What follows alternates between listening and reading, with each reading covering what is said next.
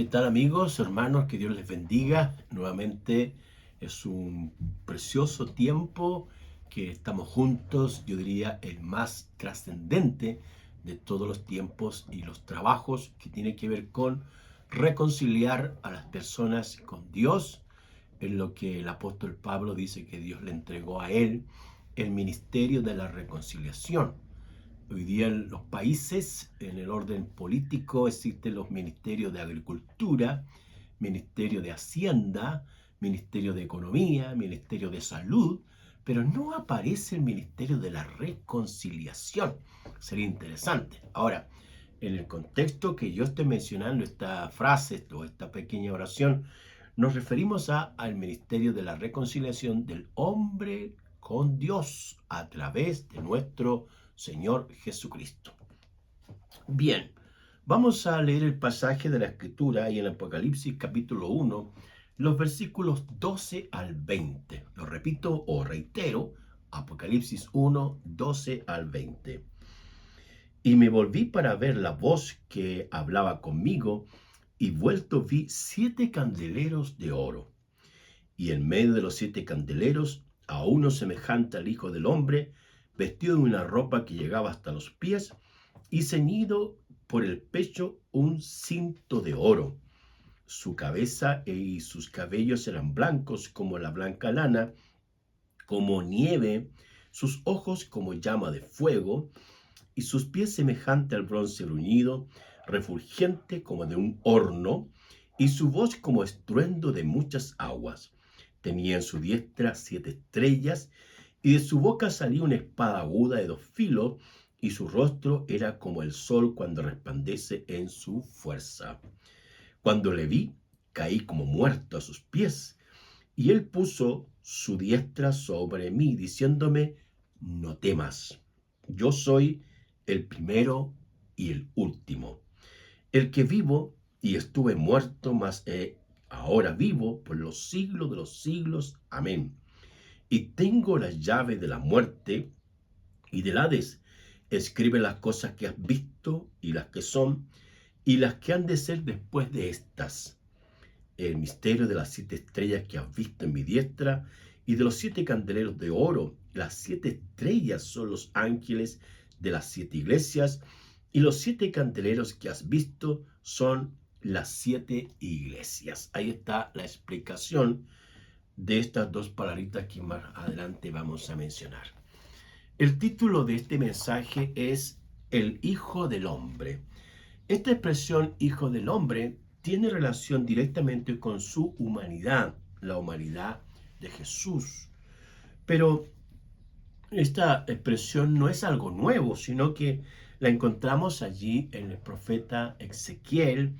Hablamos, por supuesto, en el capítulo 1, versículo 26, donde Ezequiel, este profeta, sacerdote, vive una de las situaciones contextuales históricas de Judá, capital Jerusalén, muy crítica por el decaimiento moral y espiritual de la nación.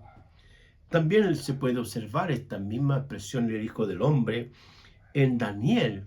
También es un profeta contemporáneo que fue llevado allá desde Jerusalén a Babilonia, y él en el capítulo 7 tiene una visión donde se muestra al Hijo del Hombre en ese momento histórico.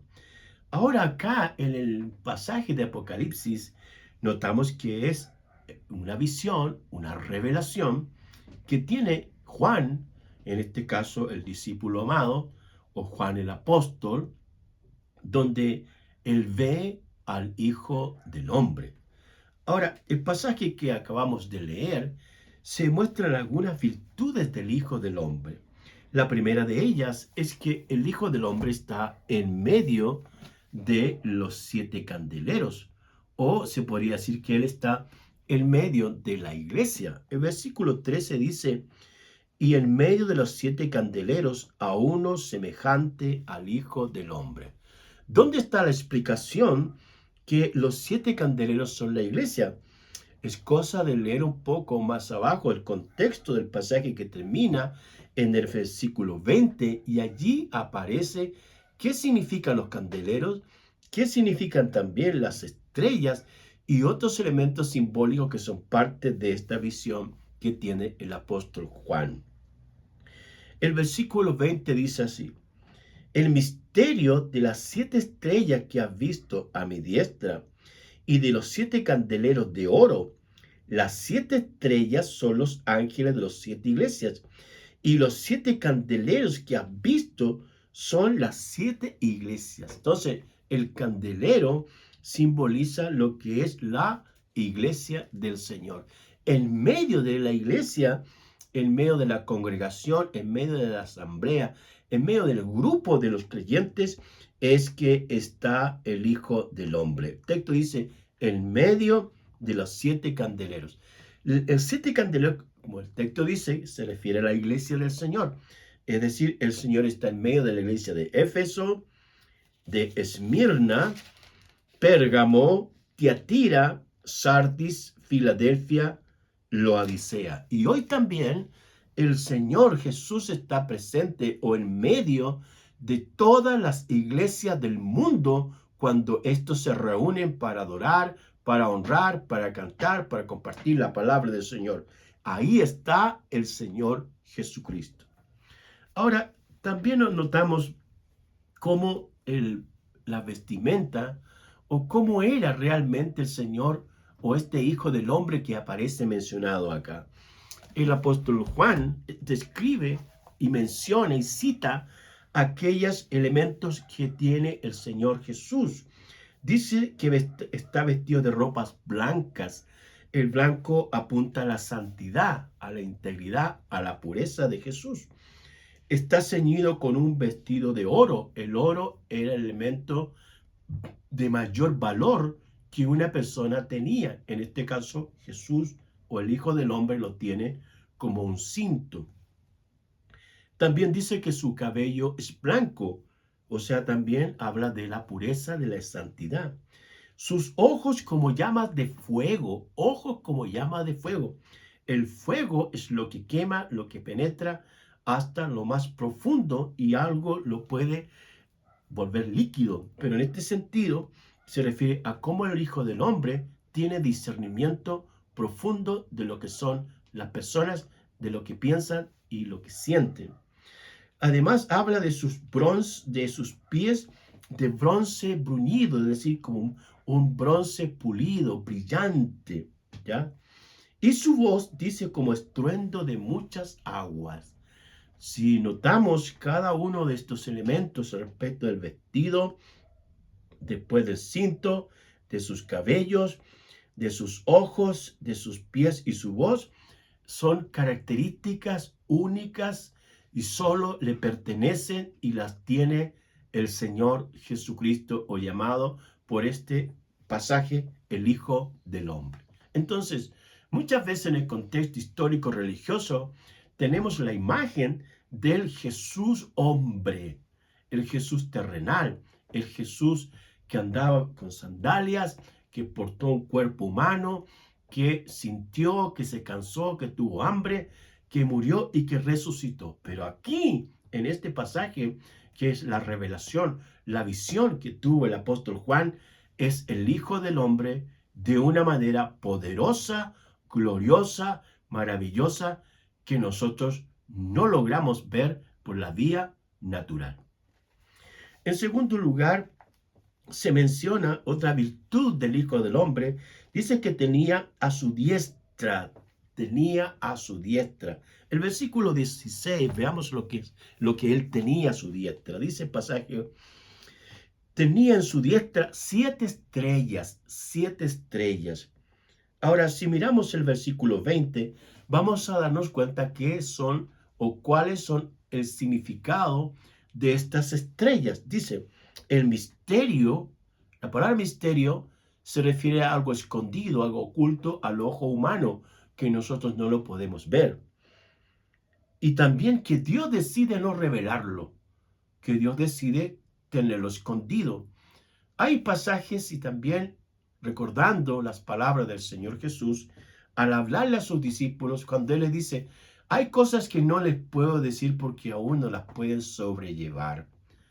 Pero después el Espíritu Santo les revelará, les mostrará, les indicará el camino a seguir, o aquellas cosas que ustedes no comprenden ahora no las pueden sobrellevar. Puede ser que una de estas, a veces el peso de la revelación, el peso de la visión, la importancia de tener claro y llevar sobre los hombros la verdad de Dios, en un sentido es un privilegio y un honor, pero también es un peso que las personas sirven o que tienen el servicio al Señor llevan cargando este mensaje de esperanza, de salvación y de vida eterna. Decíamos en el versículo 20, el misterio de las 7 estrellas que has visto en mi diestra y los 7 candeleros de oro. Las 7 estrellas son los ángeles de las 7 iglesias. Versículo 16, tenía en su diestra 7 estrellas. Las estrellas son los 7 ángeles de las iglesias.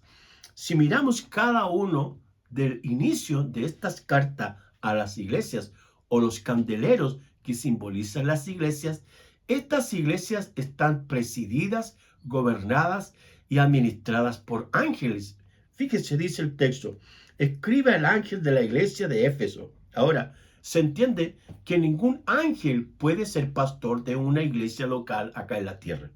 Pero dice, el que tiene las 7 estrellas en su diestra, el que anda en medio de los 7 candeleros de oro, dice esto. Entonces, cada pastor, cada encargado de obra que es un pastor de una iglesia, es como si fuera un ángel de Dios y que el Señor Jesús lo tiene en su mano. ¡Qué maravilloso! ¡Qué maravilla! ¡Qué glorioso! ¡Qué hermoso! El Señor, el Hijo del Hombre, tiene en su mano al pastor que cuida el rebaño. Todo rebaño tiene que tener un pastor, un ángel, un enviado de Dios, porque la palabra ángel etimológicamente significa enviado de Dios. Y un pastor es un enviado de Dios. Efesios capítulo 4, versículo 12, el apóstol Pablo escribe ahí en la cárcel de Roma en el año 60 aproximadamente de la era cristiana, dice, y él constituyó, hablando de Jesús, él constituyó a unos apóstoles, profetas, evangelistas, pastores y maestros. Y dice pastores.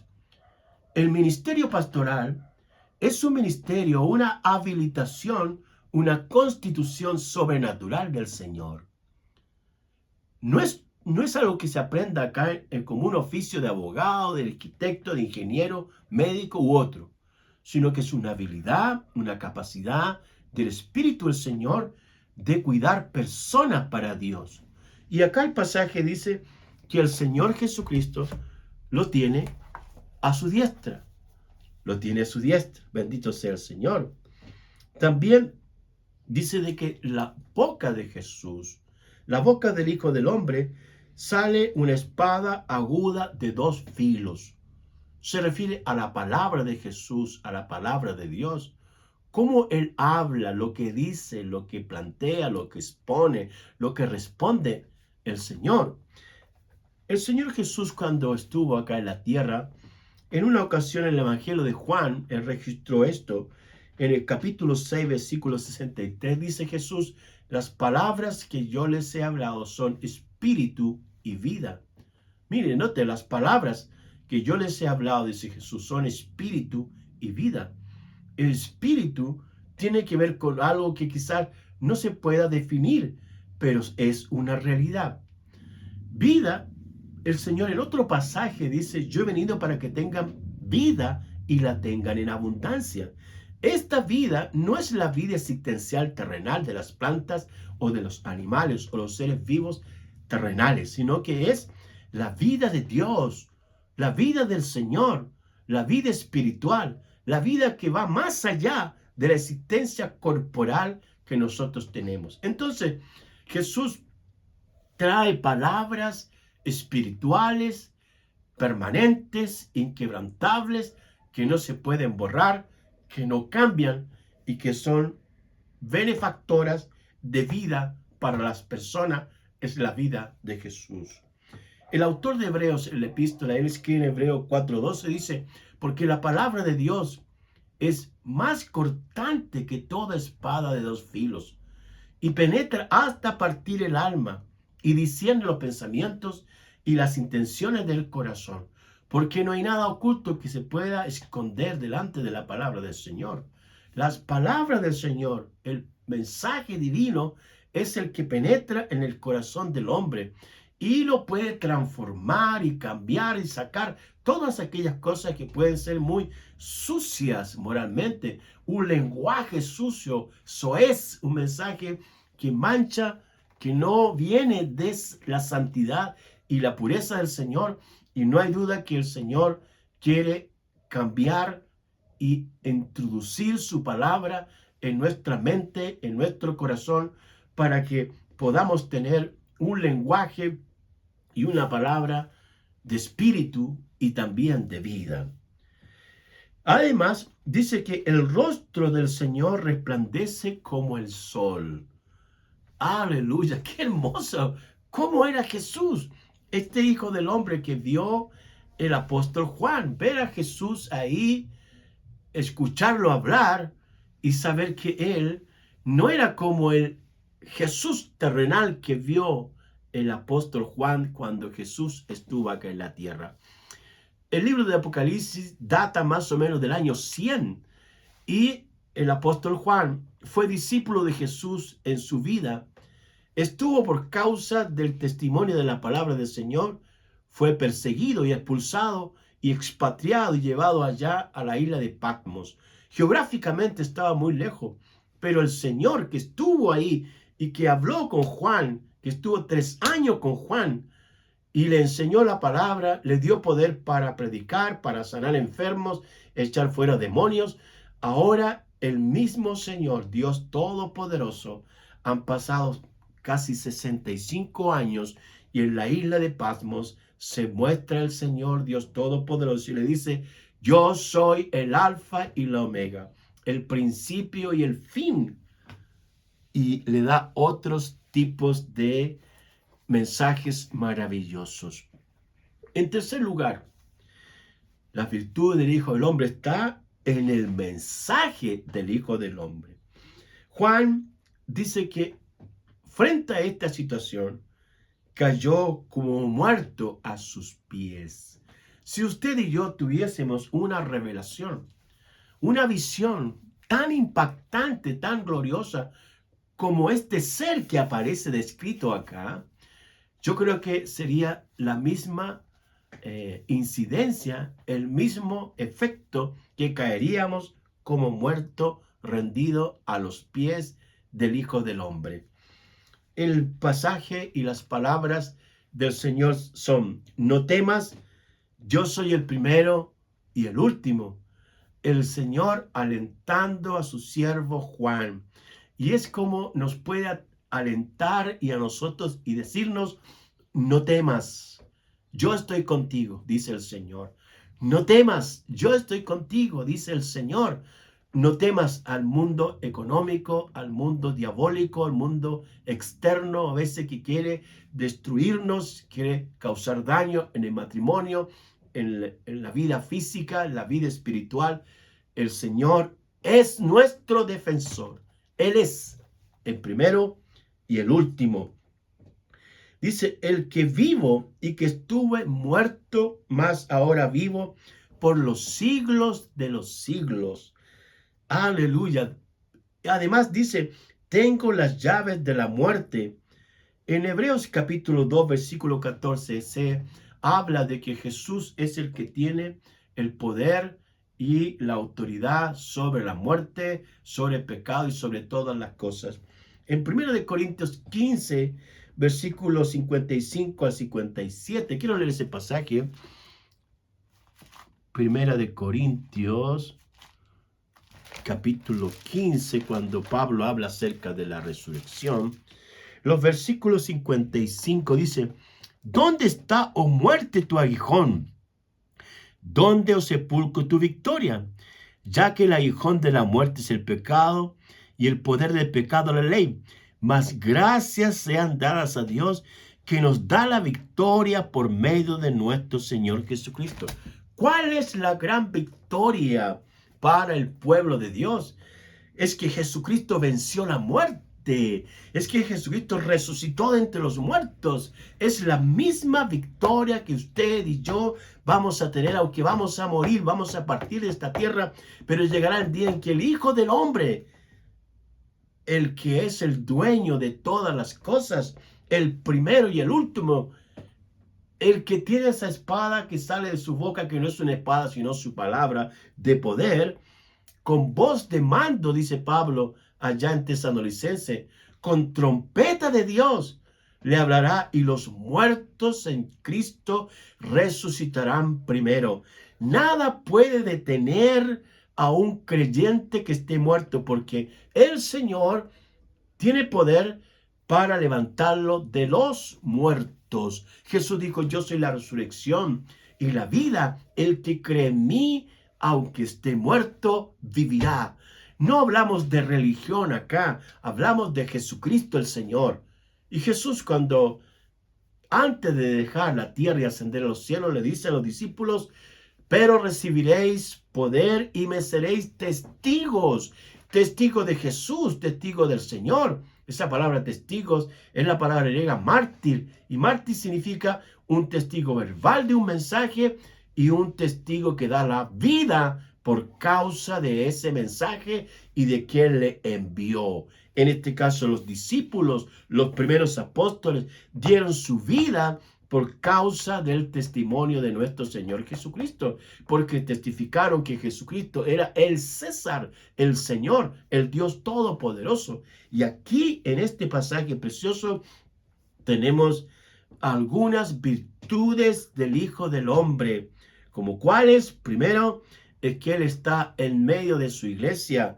Segundo, es que su iglesia, a los pastores, a los ángeles, a los que sirven en la obra, que es el mensaje que utiliza acá el apóstol Juan, el Señor los tiene en sus manos.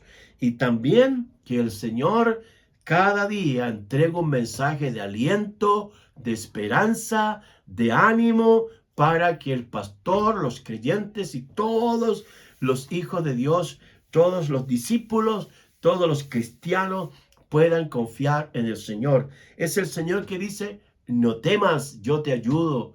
Nadie mejor que el Señor nos puede ayudar, nos puede animar, nos puede levantar y estar con nosotros todos los días. Quiero leer el último versículo en el capítulo 1, versículo 19. Juan dice: escribe las cosas que has visto. Es el Señor que nuevamente reitera que Juan escriba. Ya en el capítulo 1 le había dicho: escribe, eso en el versículo 11, y que decía: yo soy el alfa y la omega, el primero y el último. Y después dice: escribe en un libro lo que ves y envíalo a las 7 iglesias. Escribe en un libro. Y acá notamos la misma verdad. Escribe las cosas que has visto. Luego dice: y las que son y las que han de hacer después de esta. Si analizamos y leemos con mucho cuidado el contexto de este pasaje, vamos a notar que tiene el siguiente significado. Primero, dice el texto: escribe las cosas que has visto. De acuerdo al contexto inmediato, es escribir de quién es Jesús, de quién es el Señor. El Señor de señores, el Rey de reyes, se reveló al apóstol Juan y también a nosotros. Bendito sea Dios. Segundo, y las que son. El contexto posterior tiene que ver con el mensaje de las 7 iglesias. Las cosas que son es un mensaje a las 7 iglesias, a la iglesia del Señor que está presente aún en la tierra hasta que el Señor venga a buscarla. Y en tercer lugar dice: y las cosas y las que han de ser después de estas. ¿Después de cuáles? Después que la iglesia deje de estar acá en la tierra. Porque si usted se fija, el capítulo 2, el capítulo 3, están todos los mensajes a las 7 iglesias. y el capítulo 4 en adelante habla de las cosas que han de ser. Es decir, después que la iglesia esté con el Señor, y ahí habla del culto celestial, el capítulo 4, y en el capítulo 5 habla sobre los sellos, y del capítulo 6 en adelante vienen los juicios de Dios para la humanidad que no ha querido arrepentirse y no ha querido aceptar la salvación del Dios Padre a través de Jesucristo el Señor. Es Dios tendiendo su mano a través de Jesús, pero esta humanidad rebelde, incrédula, escéptica, inmoral, no quiere volverse al Señor, no quiere aceptar la redención, no quiere reconocer sus pecados, ni arrepentirse y dejar la inmoralidad y todas aquellas cosas que no son más elementos destructivos para nuestra vida espiritual y moral. Entonces, el versículo del capítulo 1, versículo 19. Escribe las cosas que has visto. Juan vio a Jesucristo, Dios Todopoderoso, y las que son la iglesia del Señor presente aquí en la tierra, y las que han de ser después de esta, los juicios del Dios Todopoderoso que enviará sobre la humanidad que no ha querido volverse a Dios. Ahora, mientras estamos acá, tenemos la oportunidad de cambiar, de volvernos al Señor, de buscar el rostro del Señor, tomar su palabra, la Santa Biblia, y escudriñarla, y nos vamos a encontrar que el propósito de las Escrituras es conocer al Señor. Por eso el apóstol Juan también en su evangelio dice, estas cosas, ¿cuáles cosas? Todo lo que hizo el Señor, sanidades, prodigios, enseñanza, dice, todas estas cosas han escrito para que creáis que Jesús es el Cristo y para que creyendo tengáis vida en su nombre. Jesucristo no es una religión. Él es el Dios Todopoderoso que vino desde los cielos, se hizo hombre, murió en la cruz por nuestros pecados. Al tercer día resucitó de entre los muertos, ascendió a los cielos y vendrá otra vez en gloria y majestad a juzgar a esta humanidad. Que Dios nos ayude, que podamos cada día buscarlo a Él, su rostro, su palabra, su bondad y su amor. Oremos. Querido Señor, muchas gracias te damos por tu palabra, que es fuente de vida y de luz y de esperanza y de amor, Señor, y consuelo también. Te bendecimos y oramos para que siempre tú nos ayudes, nos bendigas y cuides nuestras vidas, Señor, porque queremos estar contigo por toda la eternidad. En el nombre de Jesús. Amén. Que Dios les bendiga.